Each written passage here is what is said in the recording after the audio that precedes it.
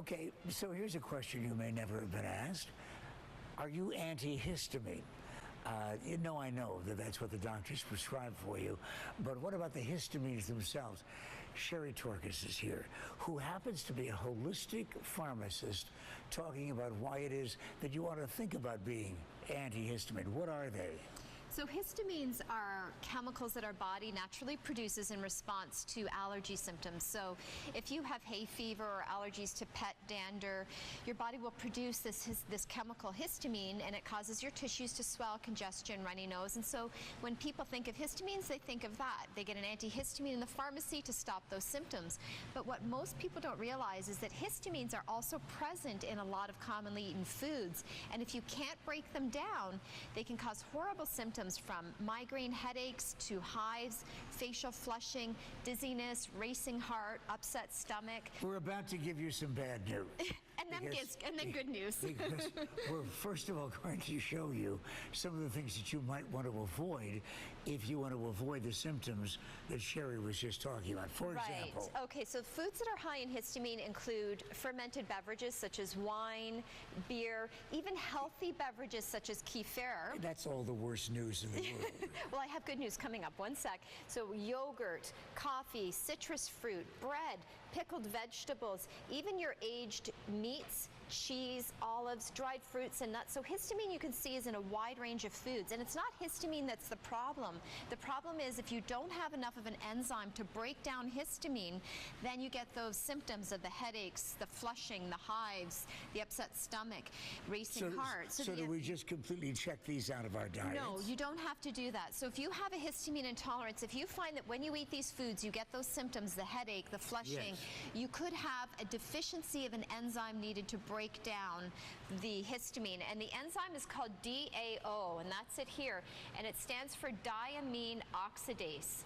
So if you do not have enough of this naturally occurring enzyme in your body to break down histamine, you can do two things. You can either avoid taking or eating those foods, or you could take the DAO enzyme just before you eat these foods or drink these beverages. And it's something fairly new in North America. It was available in Europe for a long period of time, fairly new, so a lot of people may not have heard about it.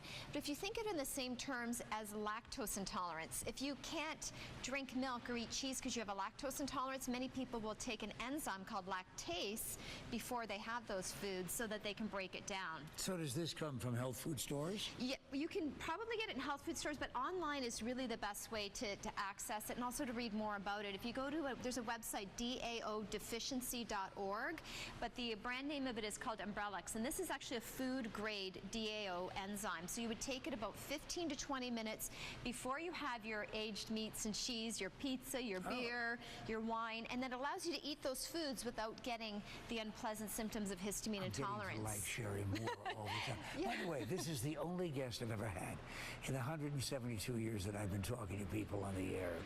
The only guest that is a pomegranate pusher.